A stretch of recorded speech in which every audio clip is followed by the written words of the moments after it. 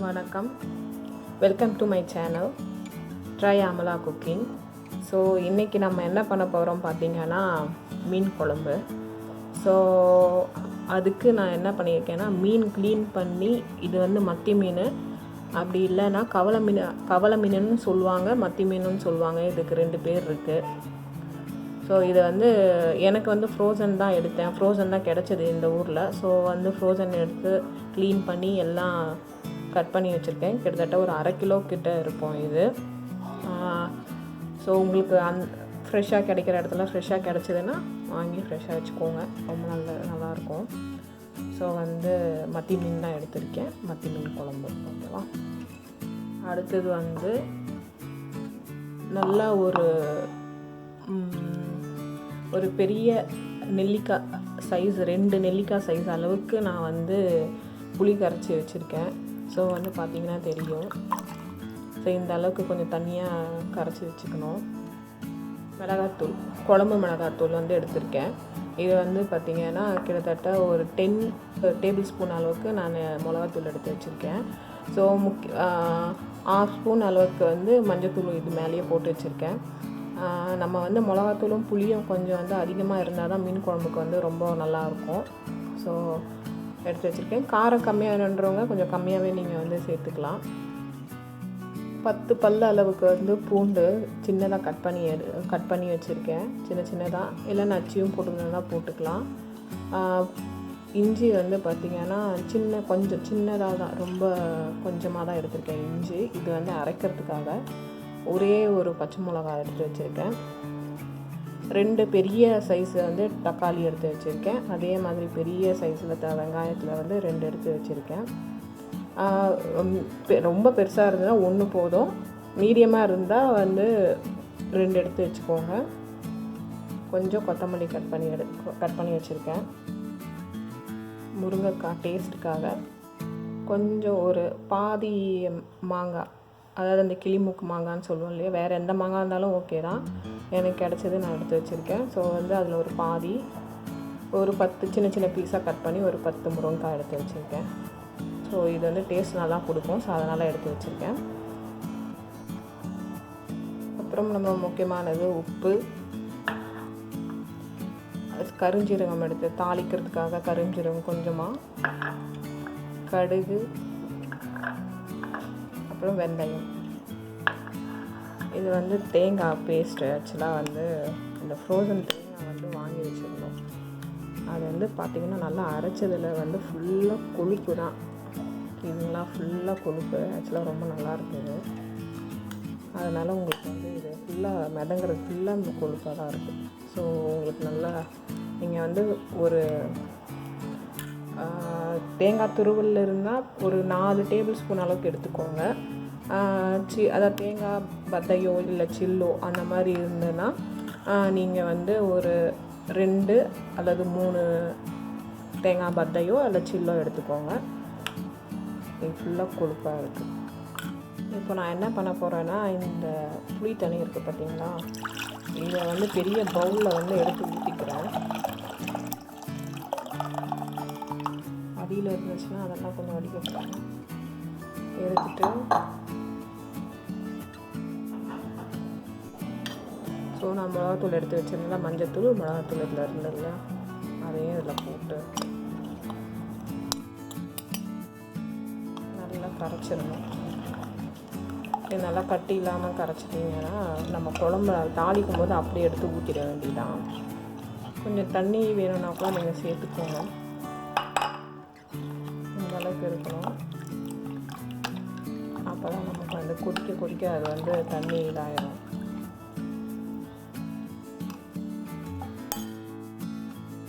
இதை வந்து நம்ம ஓரமாக எடுத்து வச்சுக்கலாம். இது ஒன்றும் இல்லை, தேங்காய் அரைச்ச ஜார் தான் அது.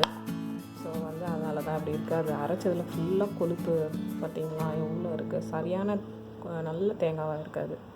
ஸோ வந்து நான் வந்து அந்த இன்க்ரீடியன்ட் காட்டினேன் இல்லைங்களா, இஞ்சி பூண்டு அப்படின்ட்டு, அதுலேருந்து கொஞ்சமாக தக்காளி, ஒரு 1/2 தக்காளின்னு வச்சுக்கோங்களேன், ஒரு 1/2 வெங்காயம்,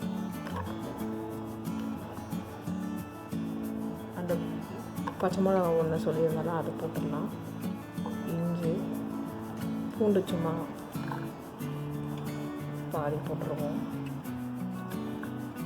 இது வந்து நம்ம வந்து நல்லா பேஸ்ட்டாக அரைச்சிக்கணும். இப்போ வந்து நான் அந்த எடுத்து கொஞ்சம் கொஞ்சம் போட்டேன், அதெல்லாம் வந்து அரைச்சிட்டேன். இப்போ நம்ம போட்டு அடுப்பை பற்ற வச்சு குழம்பு வைக்கிற வேலை மட்டும்தான் இருக்குது. ஸ்டவ் பற்ற வச்சு பேன் எடுத்து வச்சுட்டேன். ஸோ வந்து எண்ணெய் ஊற்றிக்கலாம்.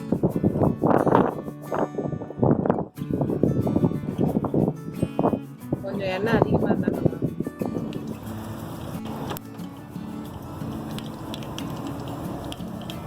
வெந்தயம் வந்து ஒரு ஸ்பூன் அளவு.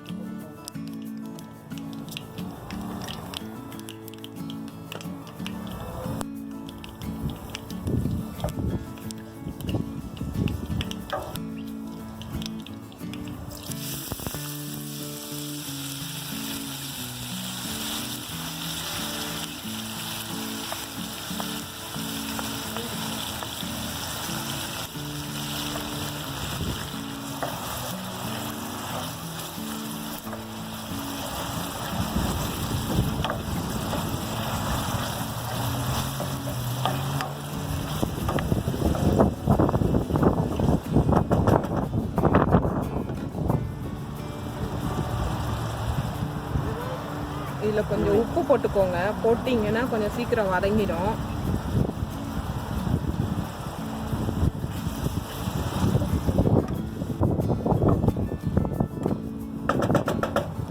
காற்று வேற அடிச்சுட்டே இருக்கு. கொஞ்சம் எண்ணெய் கொஞ்சம் அதிகமாக தான் இருக்கும். இதில் எண்ணெய் அதிகமாக தான் ஊற்றிருக்கேன் நான். அது மீன் குழம்பு கொஞ்சம் எண்ணெய் அதிகமாக இருந்தால் நல்லாயிருக்கும் இல்லையா, அதனால்.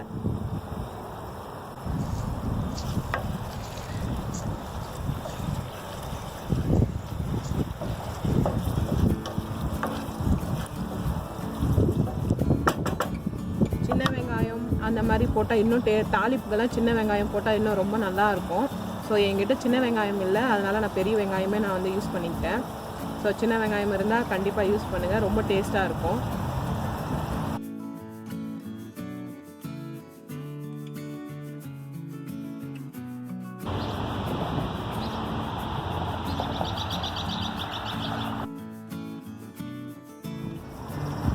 இப்போ தக்காளி போட்டுக்கோங்க.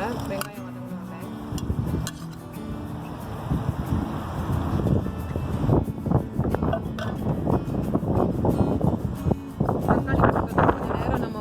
மூடி வைக்கலாம், கொஞ்சம் வதங்கட்டும். இப்போ வந்து பார்த்தீங்கன்னா தக்காளி நல்லா வதங்கிடுச்சு. ஸோ வந்து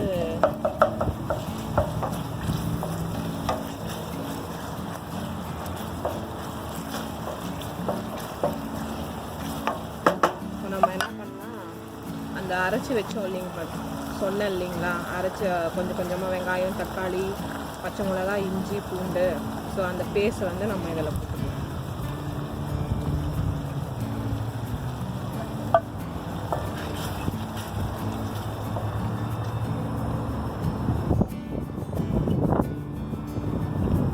இதை கொஞ்சம் நேரம் நம்ம வந்து மூடி வைப்போம். ஒரு 2 minutes கழிச்சு திறந்துட்டு நம்ம முருங்கைக்காவும் இதுவும் நம்ம சேர்த்துக்கலாம், மாங்காயும் திறந்து பார்க்கலாம். ஸோ வந்து இதுவும் வந்து நல்லா எண்ணெய் விட்டுருச்சு. ஸோ இப்போ வந்து நம்ம மாங்காய் முருங்கைக்காய் இருக்குது பார்த்தீங்களா, அதை போட்டுருவோம். கடைசியாக போடலாம் மாங்காய், பட் வந்து புளிப்புக்காக அந்த டேஸ்ட்டுக்காக நான் நல்லா கரைஞ்சிருச்சுன்னா முன்னையே நல்லாயிருக்கும் முன்னாடியே போட்டால். ஸோ அதனால தான்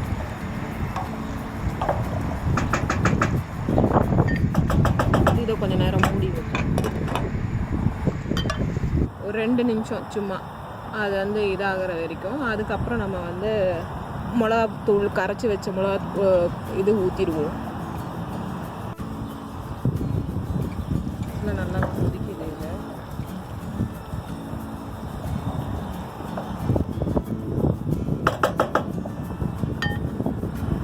ஸோ இந்த இடத்துல நம்ம வந்து என்ன பண்ண போகிறோம், இந்த கரைச்சி வச்ச மிளகா தண்ணி இருக்குது பார்த்தீங்களா, புளி தண்ணி, மிளகா எல்லாம் கரைச்சி ஒன்றா வச்சுருந்தோம் இல்லைங்களா, அதை நம்ம வந்து ஊற்றிடுவோம்.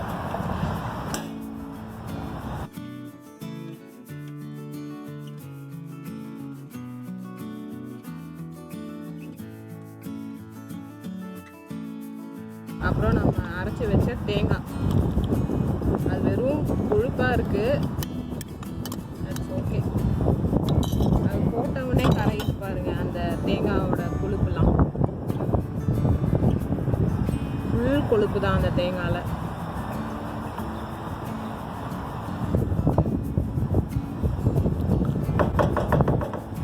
இந்த இடத்துல நம்ம வந்து உப்பு செக் பண்ணிக்கலாம்.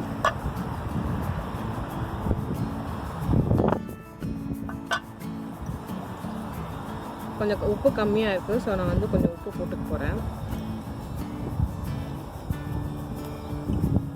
இங்கே பாருங்கள் அந்த தேங்காய் கொழுப்பு இருக்குது பார்த்தீங்கன்னா, அதெல்லாம் அப்படி கரையும்.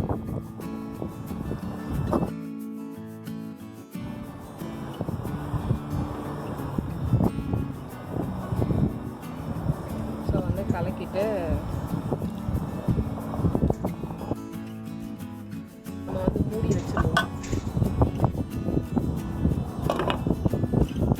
அது நல்லா ஒரு நல்ல ஸ்லோ ஃப்ளேமில் வச்சுட்டு ஒரு 15 to 20 minutes நல்லா கொதிக்க விடணும். அது எவ்வளோக்கு எவ்வளோ கொதிக்கிறதோ அவ்வளோக்கு அவ்வளோ அந்த வந்து டேஸ்ட் வந்து மீன் குழம்பு டேஸ்ட் வந்து ரொம்ப நல்லா இருக்கும். ஸோ வந்து ஆக்சுவலாக உள்ளே எடுத்துகிட்டு வந்துட்டேன் நான். நல்லா கொதிக்க விடுங்க.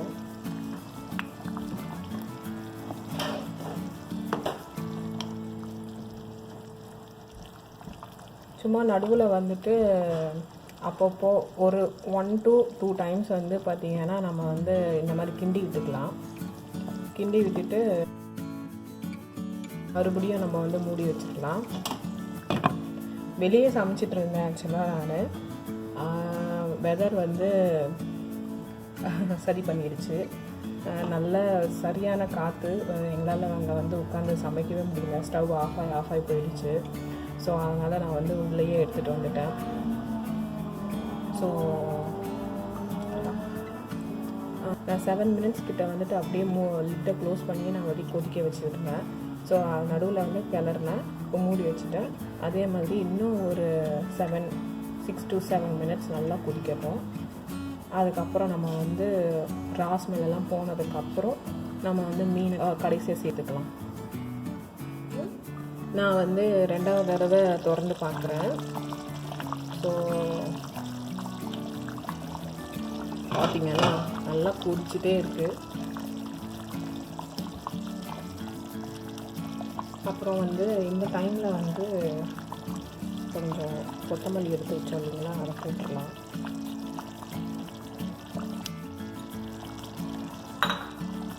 நல்லா கிளறி விட்டுடலாம். நல்லா கொதிச்சிட்ருக்கு. நீங்கள் வந்து நான் 1/2 கிலோ மீன் தான் எடுத்திருக்கேன். ஸோ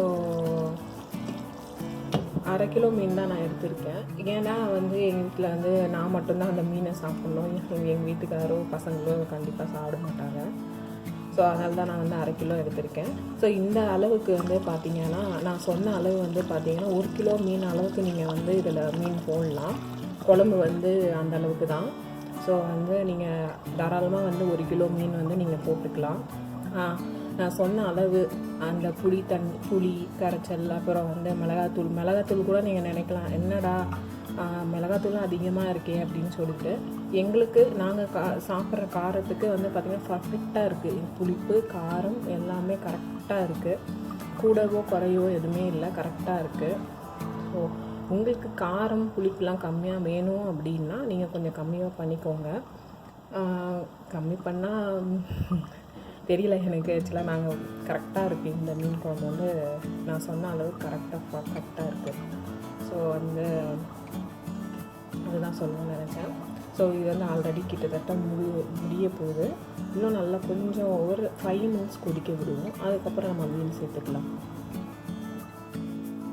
நான் திறக்க போகிறேன். ஸோ நல்லா வந்து கொதிச்சிருச்சு. ஸ்மெல்லும் நல்லா போயிடுச்சு.